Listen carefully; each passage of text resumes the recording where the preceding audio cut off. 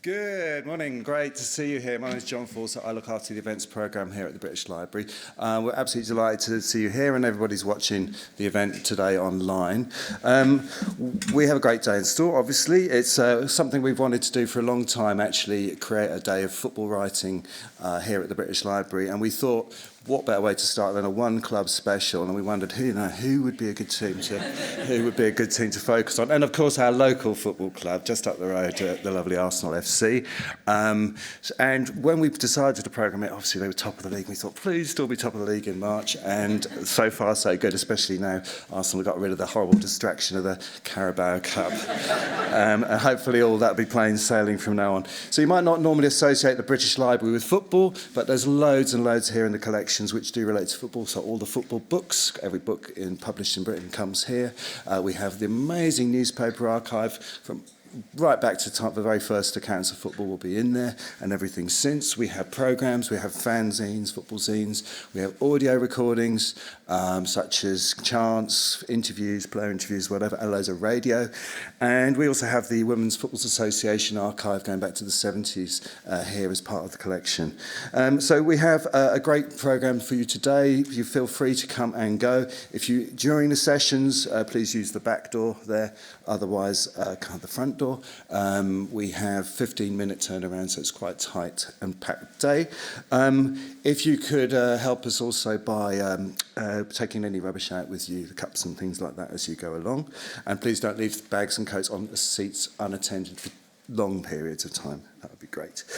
So I'm really grateful to all the speakers, everybody who's helped us put this day together, and in particular Harshad Mistry here, who came to me last year to say that he'd also been working on a similar idea, and so indebted to Harshad for putting the day together with me. Thank you, John. I'm really happy that the British Library is doing this, actually, and we all love football, we love the game, and we love reading and writing about it, actually. And we've got a really brilliant day ahead for you. Session of the women's team, the whole business of writing, of journalism, Black Arsenal, the fan content, lots of podcasters here, and we've got a fantastic celebrity Arsenal quiz towards the end. Martin Keown, if you're familiar with the chap, he's going to be dropping in for a one-to-one conversation with Amy Lawrence. So as John said, do check out the bookstores, and there will be, some of our guests will be doing signings of the books as well, actually. But to kick things off, I'm really pleased to have our first session, who better than the brilliant writer Nick Hornby, and along with the wonderful Henry Winter. They're going to be chatting for about 40 minutes. And there will be a chance for you to ask questions. I just ask that you just wait for the mic to come for you so that people watching online can hear the questions as well, actually. And enjoy the rest of the day. Take care. Welcome to the British Library's Football Festival Arsenal Special. We're having a packed day. I'm just reading through the team sheet of all the sort of the amazing people you've got coming on today, including Nick. So to focus on those who write about Arsenal, who love Arsenal, and also do the 21st century thing called a podcast. And you'll be hearing from some of the podcasters later, including the great Alan Davis. And I'm an Arsenal podcast, and I work in it slightly, and there are Arsenal podcasts from Caledonian Road to California now, which just shows the sort of the huge love for Arsenal, and also the way that sort of football journalism and football reporting is changing. So we hope you enjoy the day, and with these great panels throughout the afternoon from the women's team, and there's a huge women's game on later against another local team, and also some great football writers. Amy Lawrence, who I know well, I helped Amy co-write David Dean's autobiography.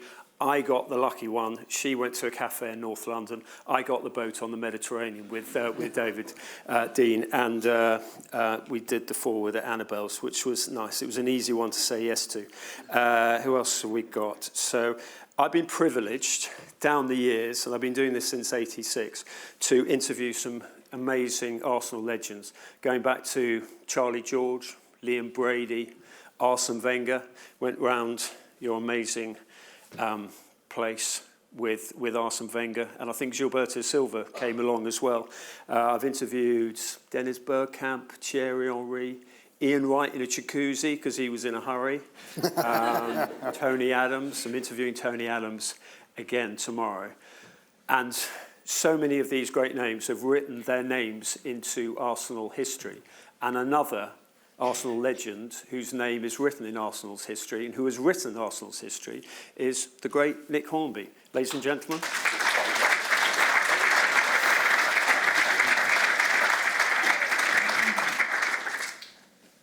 Your memoir, Fever Pitch, I mean, it was remarkable. What triggered that? What brought that? Was it the love of Arsenal? Was it a love of a woman? Was it a particular game? Was it Perry Groves? Tell us all.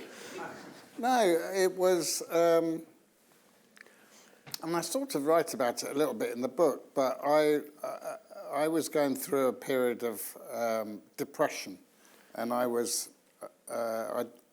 started therapy for the first time, not the last. And anyone who's ever had therapy, there's a slightly awkward bit at the beginning where you sit down and no one knows what to say.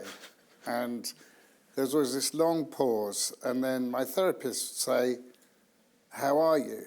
And I developed this thing. I'd either say, "I'm great, we won 2-0," or "I'm shit, we lost to Spurs." and that happened every week for about 3 months. And then after 3 months, she said, "Why do you always make the same joke?" And I said, "Well, you know, it matters to me." Was it a defence mechanism?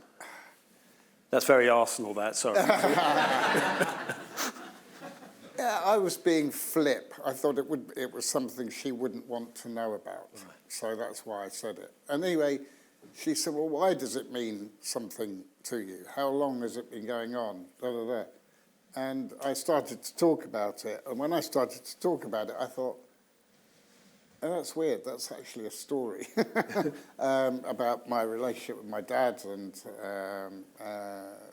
I went on from there. And I already had a lot of stories about games. And the games I remembered, I usually remembered for a particular reason. Like either the result was significant, or I went with someone significant, or something significant happened on that day. And so they became self-selecting when I thought about writing them. And I don't know, I was talking to someone who was a literary agent, and she said, "Is there anything you want to write?" And I thought, she's not going to get it. And I said, "Well, I do quite want to write this book about my relationship with Arsenal." And she said straight away, "Oh, I'd be able to sell that." And I was really amazed that she said it so quickly. She wasn't a football fan. And I was encouraged to go off and begin to write it. What did she see in it? The human interest? Because football writing then... Yeah, she had no interest in football. She thought that the mix of memoir and sport was something that she hadn't come across before. But also that dynamic of looking at human relationships, because it's also a book about love. Yes, you know, there are lots of relationships in it. There's a lot that... What I realised while I was writing it is it gave me a lot of opportunity to write about a lot of things, like being a child, about growing up, about being a man, about having relationships with women, about having relationships, the kinds of relationships we have with other men. And I thought, oh, there's an awful lot contained within the experience of watching football that's interesting. Your parents divorced, your father moved. Yeah. How did that dynamic work? And did that then manifest itself in your love for a constant, which is a football team? I would imagine, looking back on it now, that that's what happened, that I needed... I mean, it's going to sound ironic given what it's like supporting a football team, but I needed someone I could rely on.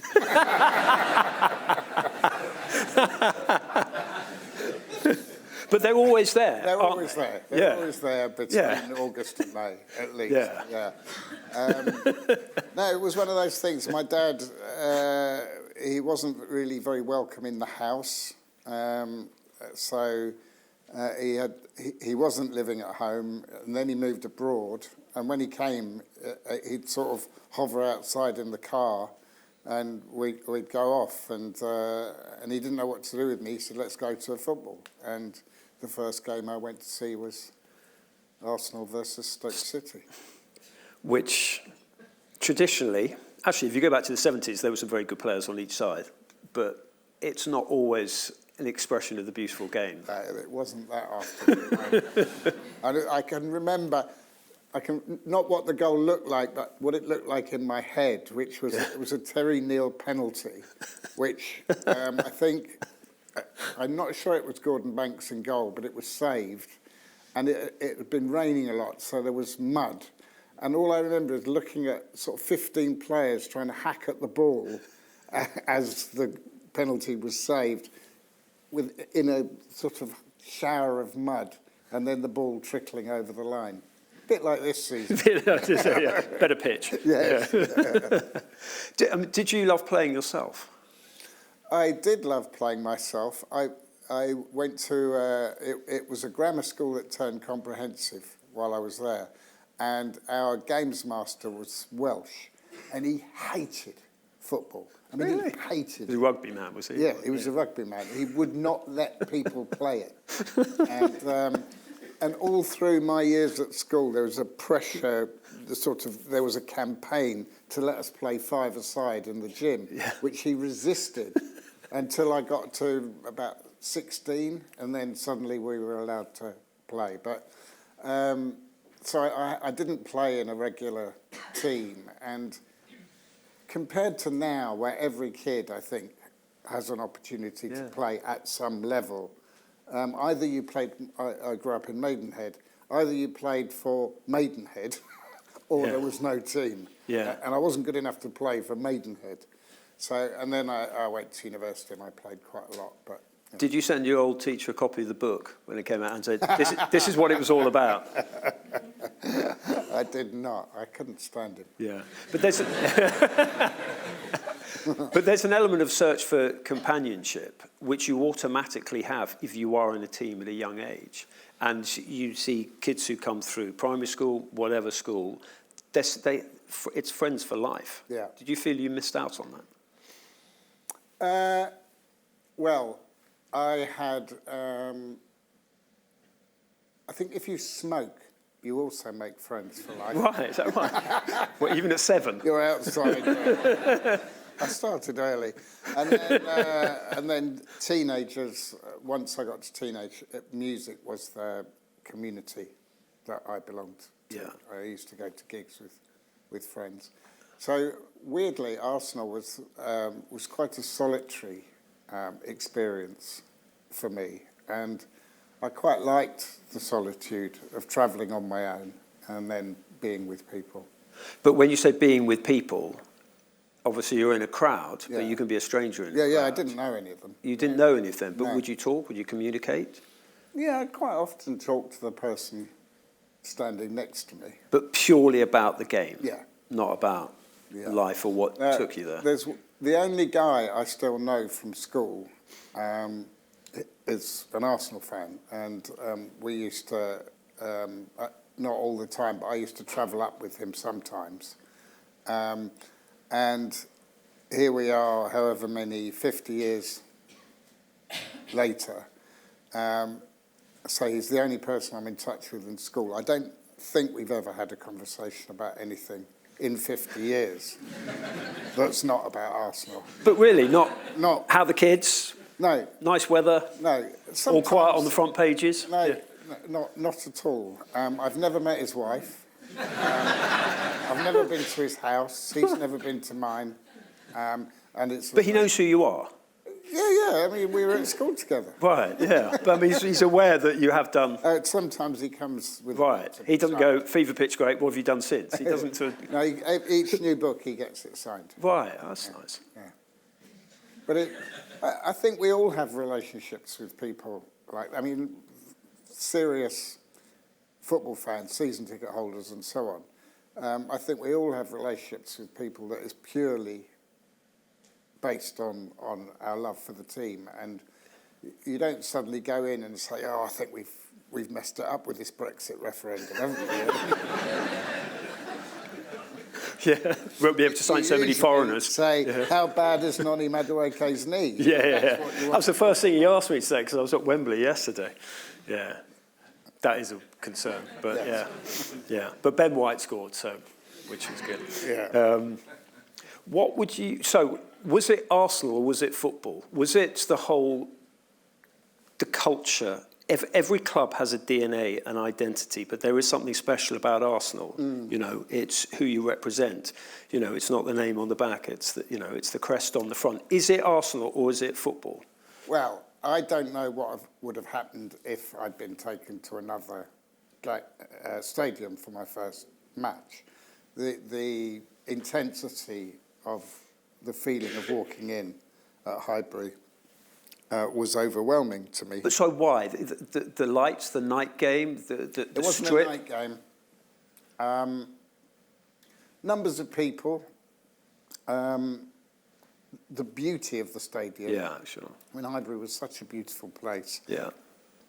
But also this idea that most people, we were sitting down, and most people around me were, of course, much older than me. And I was really impressed by the ferocity of their disappointment. Yeah. And the language. The language, yeah. But really the focus, like, whoa, you can care about this stuff your whole life. That seemed pretty good to me. Lots of things you do when you're a kid, you're not going to be doing in 3, 4, 5 years' time. Your Lego will get put away, your Airfix. And then this was like, I can see a path right through to the future.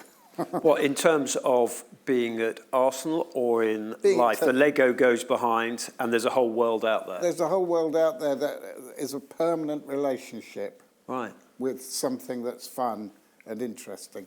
But it was such an odd time, the 70s. It was so violent. Yeah. I mean, to dodge your way around what was going on, that was sort of the excitement for me, was to try and keep myself out of trouble. But close to it because you wanted to touch it. Close to it, I wanted to touch it. I wanted to be part of that crowd, but I didn't want to be in the upper tier. Right. So, when I was a teenager and I moved to the North Bank, and I started going to away games, and it was cheap, and that whole business of being met by a police force at a station and being escorted through... Molyneux, going under that subway. All of that stuff, yeah.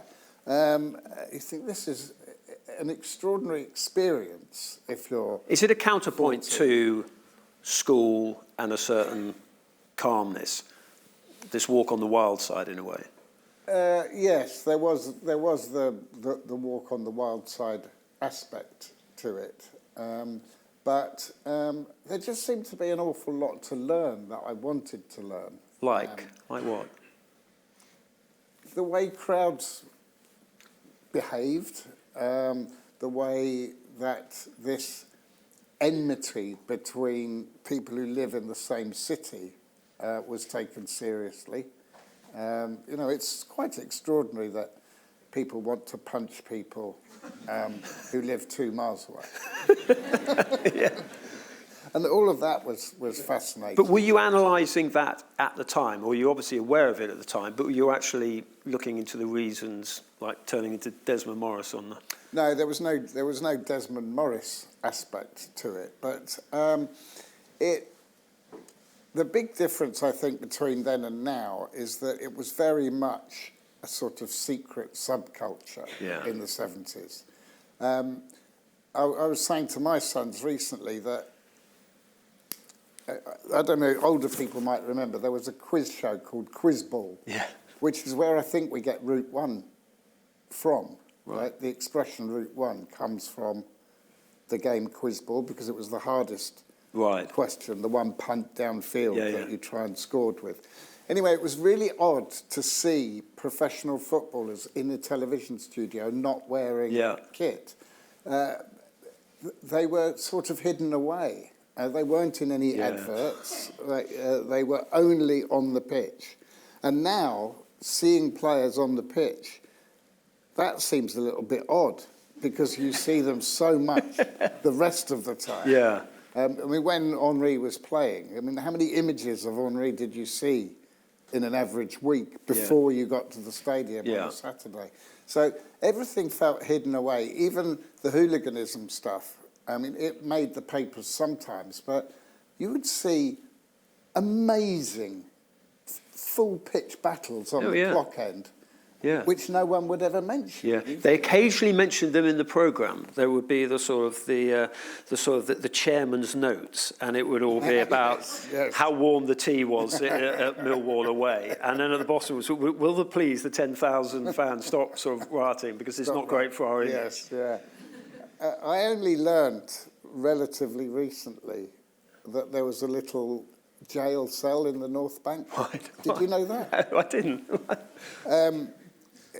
I think it's the sort of real difference between the grammar school boy who's standing on the edge of the North Bank and the people who are standing in the middle.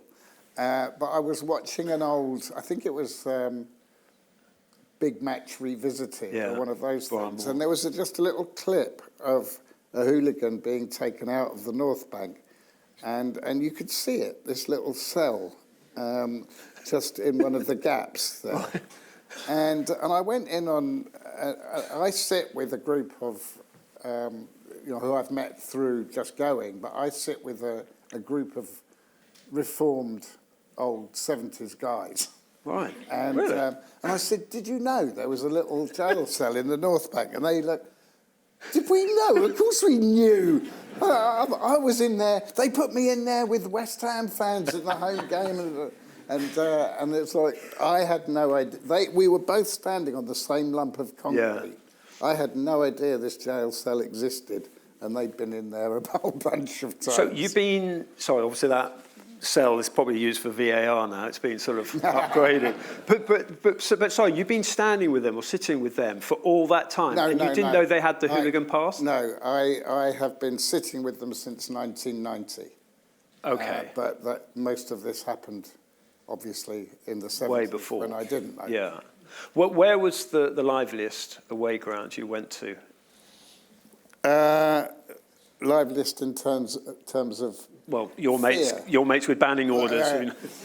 I would say there was a game away at Derby. Right, the baseball ground. The baseball ground, when Charlie George scored 2. Right. I think it's in Fever Pitch, but it became famous because when he scored the second, he did the old Harvey Smith at the Derby fans.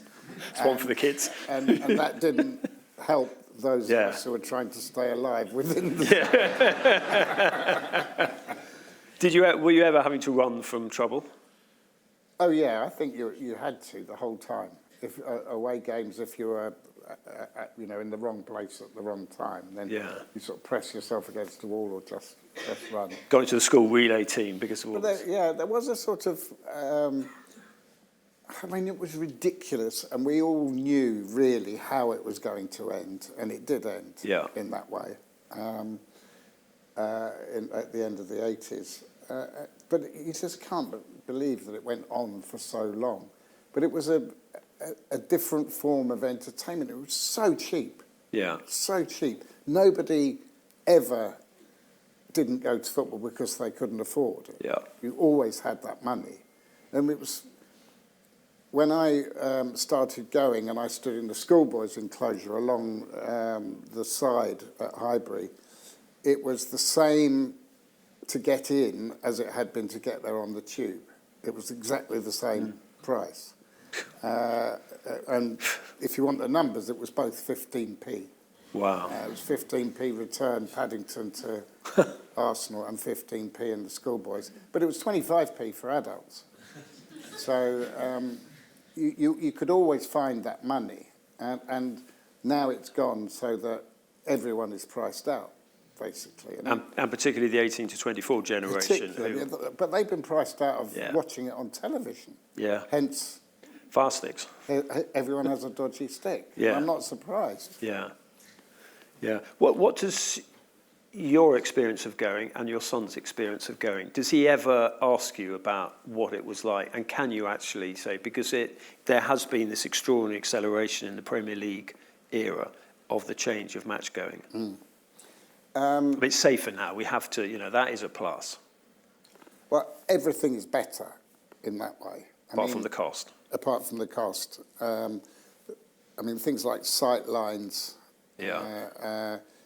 One of the reasons that there are so many more women attending, I know from people I live with or live amongst, is that most women are not as tall as men, and now they can see in the football stadium, and they couldn't before. Obviously it's safer as well. But they have bought rail seating, safer standing back in, and it's added to the act. I don't think that standing has ever been, the act of standing has ever created much in terms of atmosphere. I think when we moved from Highbury to the Emirates, they destroyed an eco-structure that had grown up at Highbury. What, in terms of groups of fans being in an area together? Yes. And I would say now it's in a pretty good place. And the work that Arteta has done on the connection between fans and players has been really good. And we've had a few games the last 2 or 3 years when the noise has been... It was never that noisy in the old days. Yeah. Do you like the Ashburton Army? I think there's something... It sounds chauvinistic, but there's something superior about English crowd noise. Yeah. Which is that it responds to what's going on the pitch. And we had Leverkusen down last week. And, it's the same song. They're noisy, but it's the same song the whole time. Yeah. It doesn't go up or down depending on whether they're attacking or whether there's nothing going on. But ours is really connected to what's happening on the pitch, the groans of disappointment, and someone suddenly unpopular because he's misplaced a pass for the 100th time this season, and there's a groan, but they're watching, and I do think that the German, Spanish, someone on a tannoy making you bang a drum thing feels very artificial. I hate Wembley when they make us make noise with the DJ and the tannoy and the DJs, and nothing seems organic, but I think the Emirates has got a lot better since Arteta took over. Yeah. My boys, when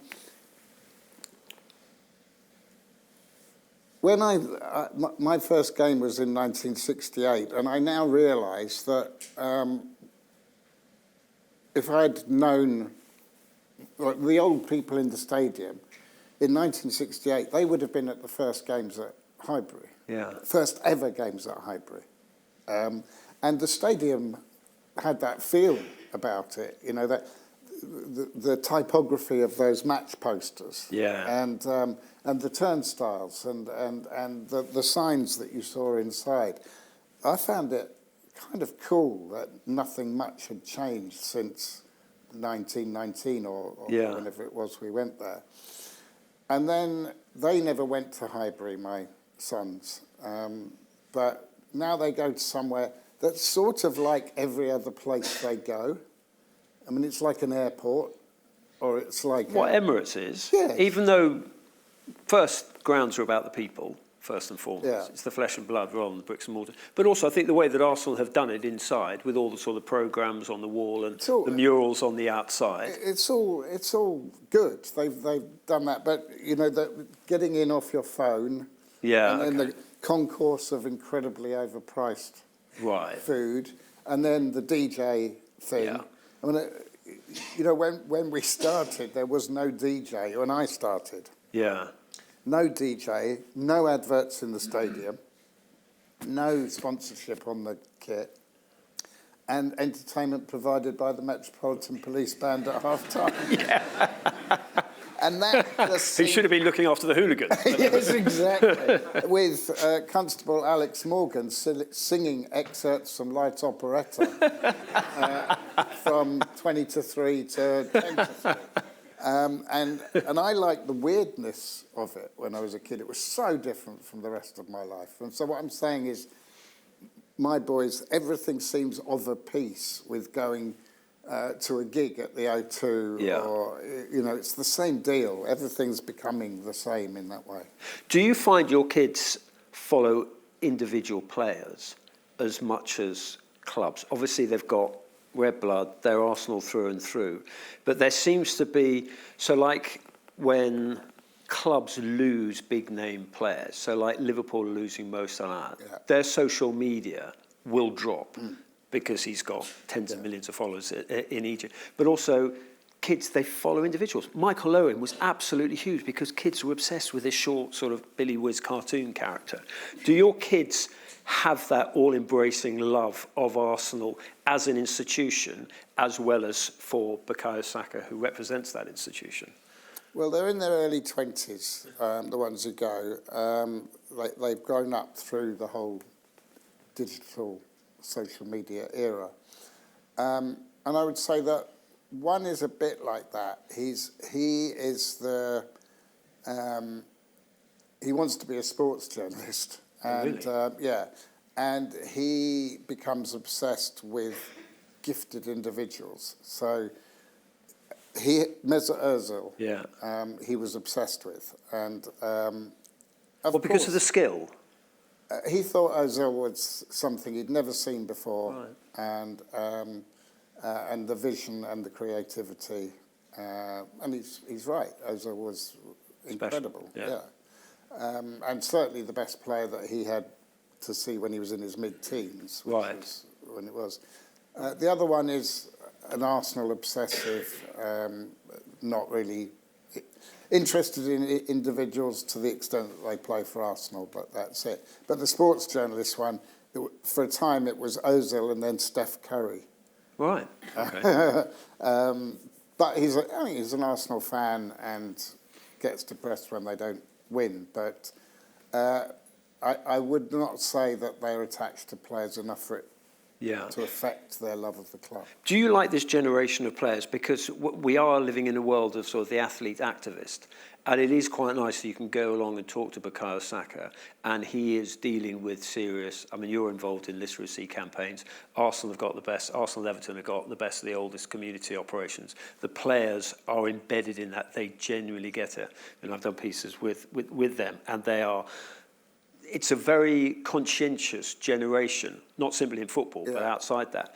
But you must look at how that has changed from a footballer in the 70s to a footballer now, taking on government, getting involved in food banks, feeding kids, doing, I mean, the Arsenal, I think, was it the double club where they had some of the first foreign players at Arsenal would go in and they would encourage kids in local schools to learn French, things like that. It's quite impressive in a way, and it's a particularly Arsenal thing. Arsenal was at the start of that. It is impressive, but I do think that if you're earning several £100,000 a week, if you can't put anything back, what does that say about you? And we've gone within my lifetime to players who their ambition was to own a pub. After. Peter Story, Frank McClintock used to have one on Caledonian Road. It was a kind of...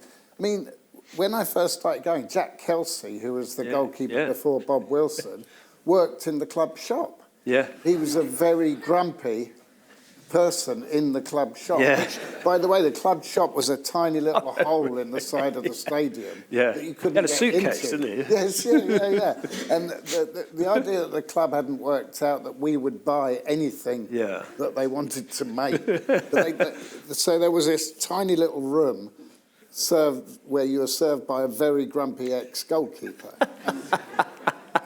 And I would understand if Jack Kelsey didn't want to get involved in literacy campaigns. He was probably very pissed off. But I think that Bukayo Saka should be involved in campaigns. It's the responsibility of very, very rich young men to remember the communities that they've come from, I think. So I'm glad they do it, but I don't want to overpraise them. Right, okay. What do you like when you meet a player? particularly from that generation you grew up watching, who Yeah. were idols, whatever you want Yeah. to call them. What is it like for you when you are, in a way, crossing that boundary? Because you like watching from afar. Yeah. I've got used to it now. There was a very weird time, the first 2-3 months where Fever Pitch was published. And it was published in September, and I think in November it won the William Hill Sports Book of the Year. So it became something that Christmas that was a Christmas present.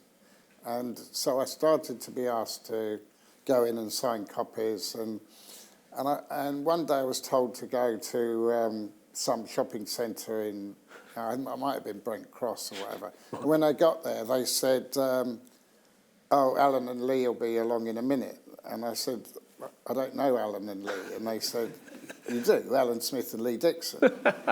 And they were signing whatever they had. And we were behind this trestle table signing. And I just thought, this is so wrong. You know, that I've written a book about being a fan of you, and I'm standing here with you signing things. And it was very hard for me to make that leap. What did they say to you? They were just very... They both... all that generation of players read the book, which... and it went on for a while. That surprised me. I know that the club... Yeah. for a while gave the book to any new player that signed for the team, and so it went right up to the Invincibles, and Thierry had read it, and I know Rizicki read it, and that was interesting to me that the club said, look, if you want to understand the team you've signed for, it's in this book. So, like everything, you just... It's not the best compliment. I got used to it. I got used to it. Yeah, but what is particularly special is that, I mean, football we know is so tribal, club versus club, but actually that book transcended club loyalties. It echoed throughout the other 91 clubs. And at Manchester United, they had one or two Spanish players who came in who actually had heard about it from other players, went out and got a copy. Wow. And read it because they wanted to understand English fan culture. So although it's a book about you, it's a book about Arsenal, it's also a book about all of us and all of our following of football. I think it was... when I started to think about it, I absolutely wanted to write about what it was like to love a club. I was not interested, when I wrote the book, in saying, and this is why Arsenal's better than Tottenham, and this is why Arsenal's better than Man U, and if you're a Man U fan, you're an idiot. I mean, that seemed to me a very bad book to write. Yeah. Make a Because, great film. because that is... the experience that I have had, I knew when I was writing it that there were millions that had the same relationship with a club, and I was trying to articulate that. Did you think it would have this success? I mean, more than 1 million copies being sold all over the world. Well, of course not. But when I was talking to the woman who was editing it, she said, you know, this is a really good book for women. Right. To understand. To understand if they have menfolk who are like this. You are a template of yes. menfolk. And I said, yeah, but I hope it's a really good book for men. Yeah. And she said, no, of course it's that. And she looked at me and she said, that's everybody. And I thought, oh, there is a way with a fair wind in which this book does not exclude people. Yeah. We have there's an increasing debate about male masculinity. I'm working with Southgate at the moment, who's done lectures, talks on it. It's a very emotive subject at the moment. But do you think that your book, in a way, was a forerunner of that? Because it's kind of men opening up. Well, I mean, obviously I had literary models when I wrote it that were not football books. They were American memoirs, mostly. Which were? Oh, Tobias Wolff's This Boy's Life is one of my favourite books. And a guy called Frederick Exley wrote a book called A Fan's Notes, and the subtitle of Fever Pitch is A Fan's Life, which is an obvious subtitle, but is also a squashing together of those two titles. So I feel I imported something, maybe, but I didn't necessarily invent anything. Right. And the women who were in the book, I mean, how did they feel about the book? How did they... Because they're obviously so important to you, but they're also almost something to bounce your love of football off. Well, obviously they recognised the truth of it, that they'd been living with that. It wasn't like I was giving away any secrets about our personal life, because they knew that they had been competing, as it were, with a football team. Could they compete? Oh yeah, it's not. I mean, your love of Arsenal is, you know, you're quite well known for it. Well, I tell you, one of the things is when I was looking to get on the property ladder for the first time, and there were lots of areas of London I could not afford, but I could afford N4 and N5, Finsbury Park, and I'd been going there all my life anyway, so it wasn't like the streets felt unfamiliar to me. And whenever I told anyone, they said, "Oh God, you're just going to live next door to your football stadium." And I said, yeah, but it's like, because I know the place, that's why I've done it. But in a way, the most sort of radical act of fandom, which is plonking yourself right next to the stadium, is quite liberating, because it meant that you leave at 2:30, well, in the old days. You leave at 2:30 and you're home at 5:15. That is not a very big deal.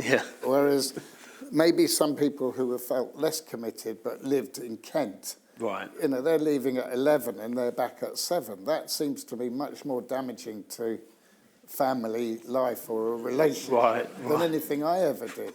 There's a marvellous, it comes up on Instagram, marvellous little interview that the BBC did in the 60s. And they're interviewing all the women who lived on Gillespie Road about losing their menfolk. And the BBC were trying to make this deal about them being football widows. And of course, these women, they said, well, he goes at 5 to 3 and he's back at 5 o'clock. I mean, he's been out for 2 hours before. And they're the worst people to talk about being football widows. It's like, what? Oh, has he even gone? I didn't know he'd gone. But interestingly, none of them had any complaints about football. They loved the club, and a few of them went themselves. So it was funny watching the BBC trying to whip up this male-female thing that the women refused to respond to. Good.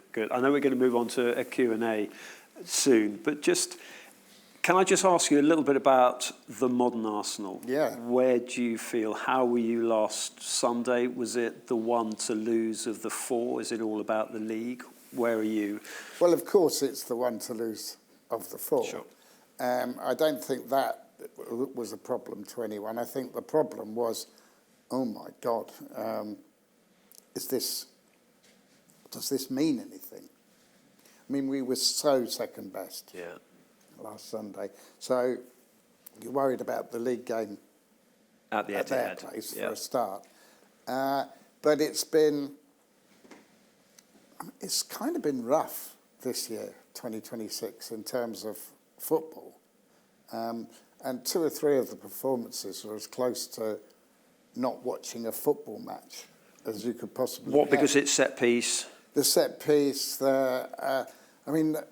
It's not illegal set pieces. I mean, it's... Sorry? It's not illegal set pieces. You can do it. It's not illegal, but what we've been used to in terms of the quality of goals and attacking play over the last 20 years, and and you're hoping that it goes in off Victor Gyökeres's nose after 15 rebounds. You know, it's a different experience, but it's entirely justified by winning or not. And if we get to the end of this season and we've won nothing, I think a few of us will think, well, I don't know what I got for my money.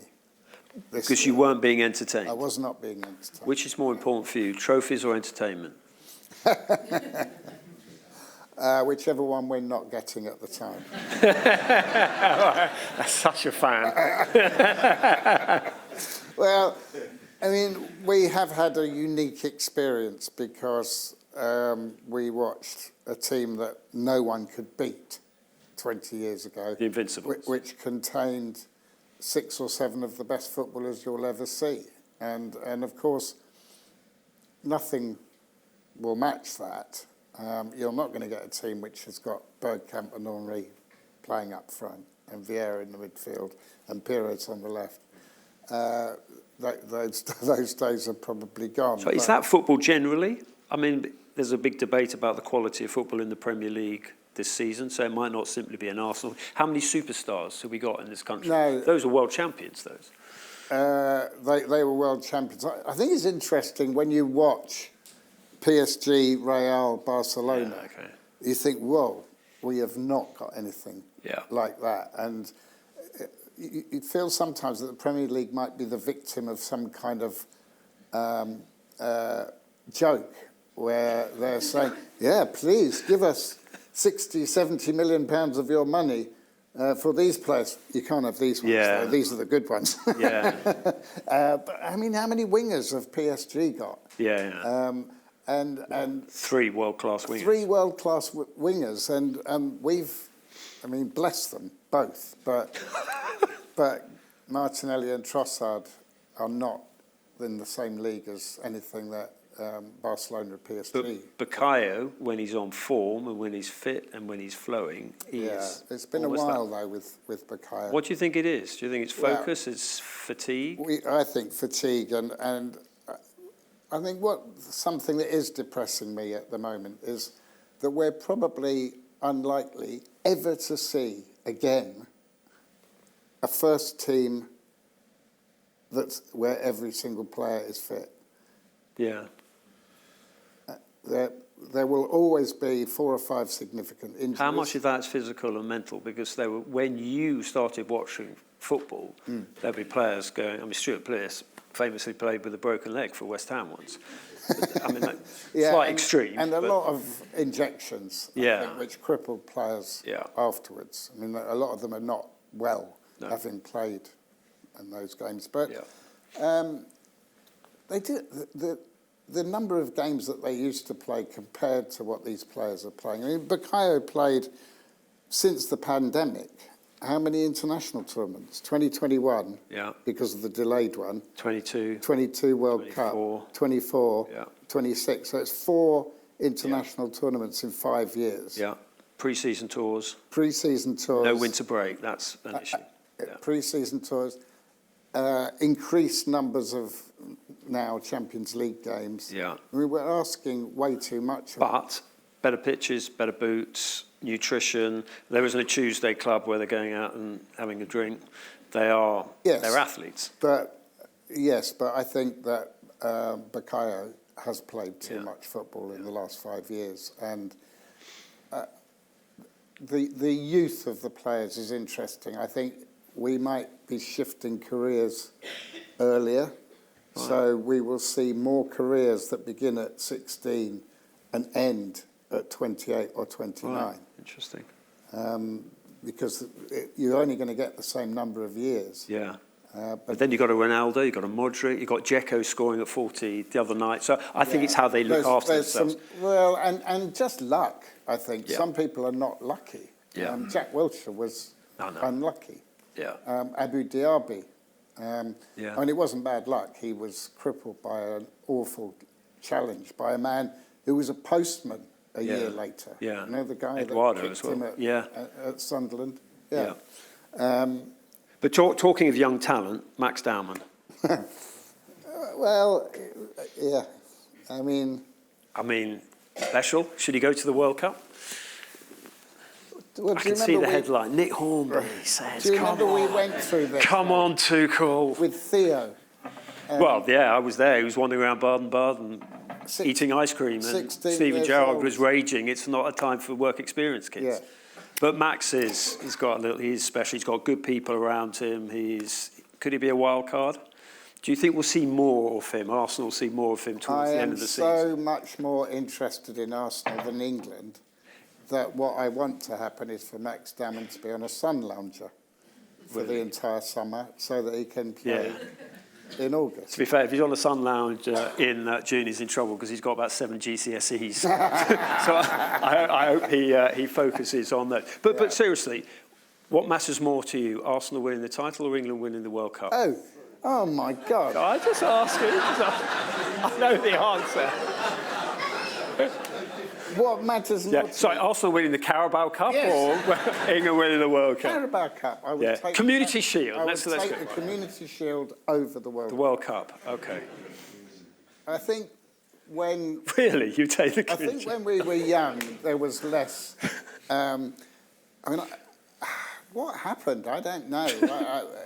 The 60s and early 70s, we were proud of English players. Yeah. But now it seems like I spent all my time hating people that I'm asked to root for in the summer. What, Harry Kane? And when it was, the Nevilles and, you watch Gary Neville trying to kick lumps out of your player. Yeah. And then Phil Neville against Reyes was the worst. Well, the two of them. Yeah. The two of them. Team both tagging. Harry and Yeah. All right. Well, that's great. So we got the headline of Nick Hornby says, but I don't think England will win the World Cup in my lifetime. In your lifetime? You've probably got another 30 years. Yeah. I mean, when you think about France and Spain and the qualities that they have that we don't have. Yeah, I'm just following England this summer. I just need to know whether I need to leave my car at short stay at the airport. Definitely short stay. Although, I mean, the way the group thing is, you can't everyone go qualifies out before you've played about 25 games. Yeah, thank you, FIFA. Right, final question. What does Arsenal represent to you and what does it mean to you? Well, I couldn't honestly say that Arsenal represented more to me than Liverpool represents to a Liverpool fan, okay? I would not make any claim for the superiority of the club. For all my adult life, it's meant community, relationships with family members, and for the most part, enormous pleasure. We can all moan about trophies, but if you had a season ticket while Arsene Wenger was the manager, if you didn't look at the away games, the calamities of Anfield and Stamford Bridge and so on, what you actually watched when Wenger was the manager, it was always so enthralling and intricate. Yeah. And some of those midfield players, and I mean, we know Arsene's weaknesses, and that he wouldn't ever spend money on a goalkeeper or a centre back. But the attacking play, I don't know what better entertainment there was than that. I mean, in any field, in any field, to see world-class talent every single week in any field is such a privilege. So, comparing the Oscars to the Evening Standard Footballer of the Week competition. Well, I've been to both. You've been to both. And which was better? Obviously, the Evening Standard. Well, so any field. Well, I mean, because you love your music. I love my music, but most things are duplicated, right? Right. So, you buy a record or you're listening to Spotify. It's not the actual thing. So you would put the Arsenal back four ahead of the Beatles? But the live experience of watching Dennis Bergkamp 30 times a season. I mean, who else gets to do that? Whatever they love, whether it's opera or whether it's music, It's just for them to be there in front of you. I want to end with a story, actually, that I'm a big Springsteen fan, and my boys, when they were little, listened as well. And Springsteen played at the Emirates. And I thought, oh, I'm going to take them. They won't last a 3 hour show. But we'll go. And we were there, an hour and a half, whatever. And then later that year, I took the youngest to his first Arsenal match. And on the way there, he said, Dad, will the players be there? I said, what? And he said, will the players be there? And I said, we're going to watch a match. And he said, yeah, but will they be there on the pitch? Yeah. And I said, that's what we're doing. Yeah. We're going to watch them on the pitch. And he said, oh, so not like Bruce. And he had no idea that Springsteen had been in the stadium. Really? Because of watching the screen. Screen, right. And I thought, yeah, that's the last time I ever go to a gig of that size. Yeah. Because, you're looking at a person like this. Yeah. And secondly, it made me realise the superiority of live sport as entertainment, where they are right in front of you, and because they move, they're in front of everyone at some point. Final question, and this comes back to this great place that we're in, do you appreciate it even more because your life is all about the control of the word and things that are scripted, and the joy of football at its best is that it's unscripted? Well, it's one of the most awful commentary cliches, isn't it? You couldn't script that. You said, of course you could script that. You don't think you could script a man scoring a winning goal in the last minute of a football match? The problem with scripting is trying to get them not to score the winning goal in the last minute of a football match.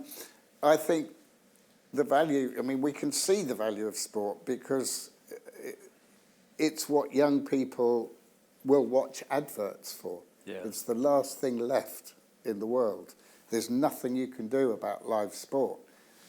You can't fast forward it. You can't put it on pause and watch it later because you have to know that second, before that second, if possible, what is going on. So it has enormous commercial value, but that gives it an edge that nothing else has. Yeah.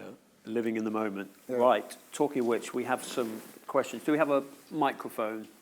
Yes. Listen, man. This gentleman here. His hand up.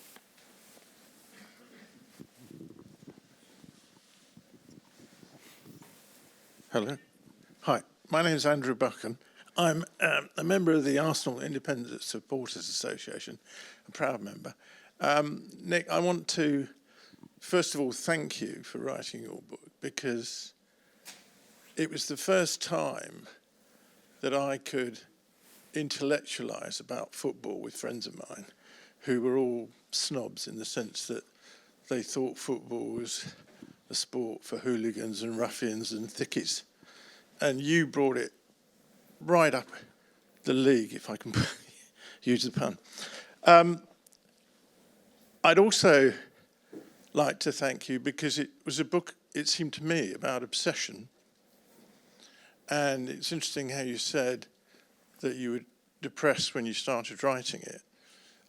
It reminded me of Julian Barnes in some of his works. I don't know if you've read them, but brilliant pieces of literature, as is yours. What I wanted to ask you about was, because you and I have both been on a journey, and we're about the same age, about racism in sport. I think sport's a great leveller. All sports are a great leveller in the sense that people can make good and make fortunes, and we can watch them do it and we can enjoy it. But we're going to hear from somebody later on this afternoon talking about Black Arsenal, and he gives a story about Ian Wright playing at Millwall, and I think he was playing against a defender who was tall. I think his name was Winter, but I can't be sure. And the fans were shouting at Ian Wright, racist abuse, appalling racist abuse. And one of their players was a tall black defender. And one of the fans saw the look between Wright and this defender and shouted, "Don't worry," whatever his name was, "you're wearing the shirt." And the idea of the shirt transcending race, everything really, prejudice, I suppose, is the best word. I'd just like to have your thoughts on that, if I may. That's, well, obviously, during the length of our supporting lifetimes, we've been through many waves of racism. In the 70s, it was absolutely routine to hear a white crowd making monkey noises at black players.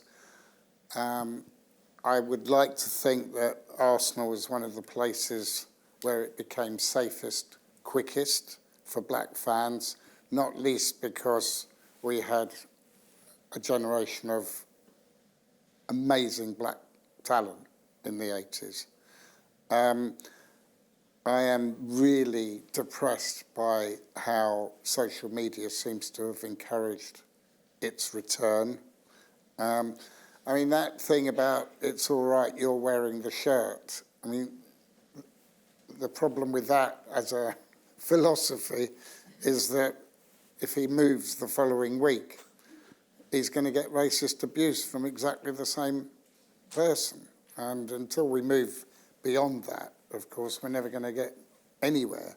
But I do feel that Arsenal has been good in terms of not making me feel too ashamed, apart from the famous and obvious anti-Semitism.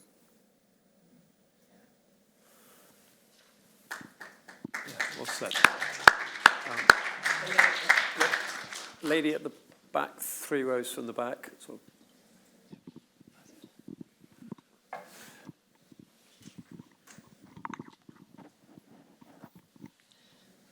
Thank you so much. I really enjoyed, obviously loved reading Fever Pitch, and I particularly loved hearing about all your funny superstitions, including the throwing the sugar mice under the taxis. Yeah. And you actually had me and my sister throwing lint bunnies under passing cars last year to try and kind of regain some of that magic when we were in the Champions League quarterfinal. Didn't work.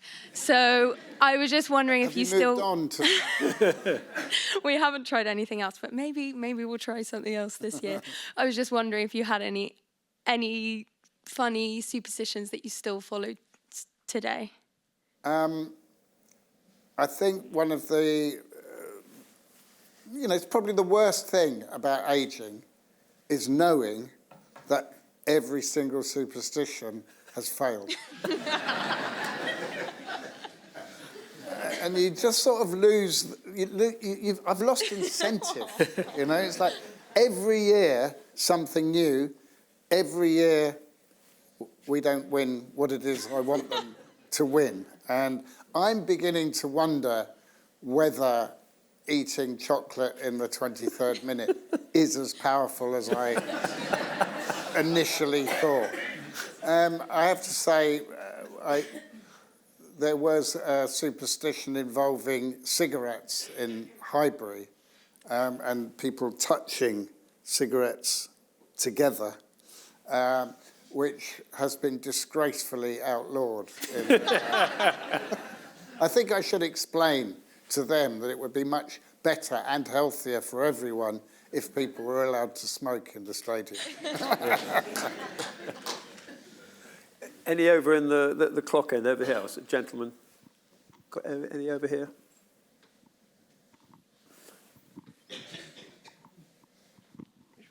Anyone this side? Behind you there, go on. Right. Okay, thank you. Thank you so much, Nick. Thank you for being with us, and thank you for your book. I read it twice. First, I read it in my local language as a translation. Second, in English much later, and both were great. So thank you again. My question is following. When you started to support Arsenal, I would imagine the team was full of English players, like 100% English. like since like Arsene Wenger time, it's, you know, you barely can find like 3 English players in starting 11, right?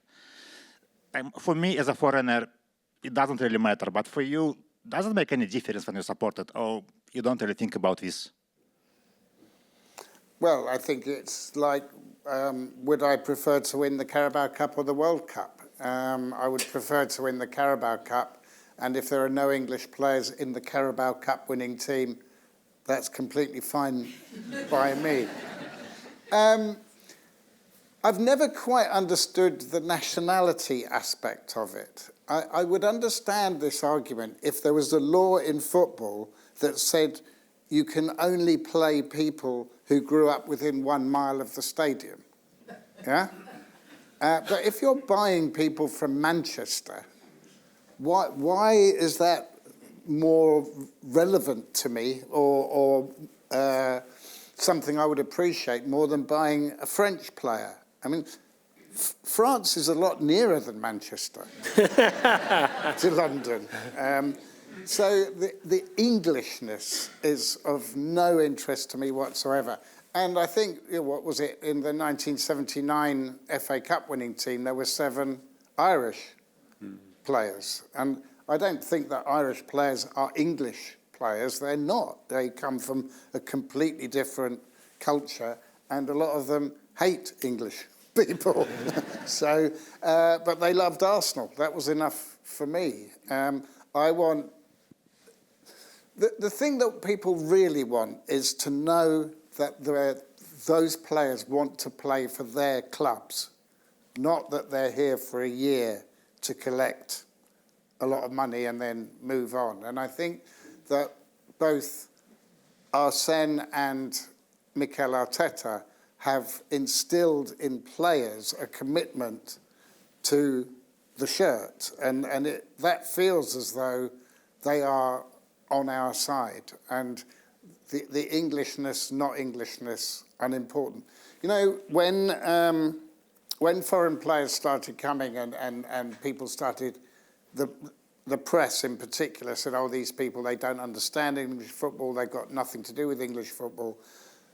What was weird was that Invincible team, they all lived in North London. Yeah, Hampstead. Yeah, they all wanted to live in North London because it was what a place to live. Hampstead, Highgate, Camden, a couple of them. It was a dream for them to live in the centre of the city. All the previous Arsenal players had lived in Essex or Hertfordshire, had never come anywhere near North London, apart from on match days. You could see players out shopping. And you know the little restaurant in San Daniele, a local Italian restaurant right next to the stadium where Henry and I and several other people ate with, well, not literally with, but Patrick Vieira. Arsene had his table. Arsene sitting on the next table, a £10 a head pizza restaurant. And they felt properly part of the community in North London in ways that generations of Arsenal players hadn't felt. Yeah, very true. Talking of great Arsenal players, we've got a celebration of the women's team. The great Tim Stillman will be on in a second. I think we've, in classic football fashion, we've overrun. We've slipped into extra time. But no, thank you so much for coming. I know it's a brilliant day. Thank you.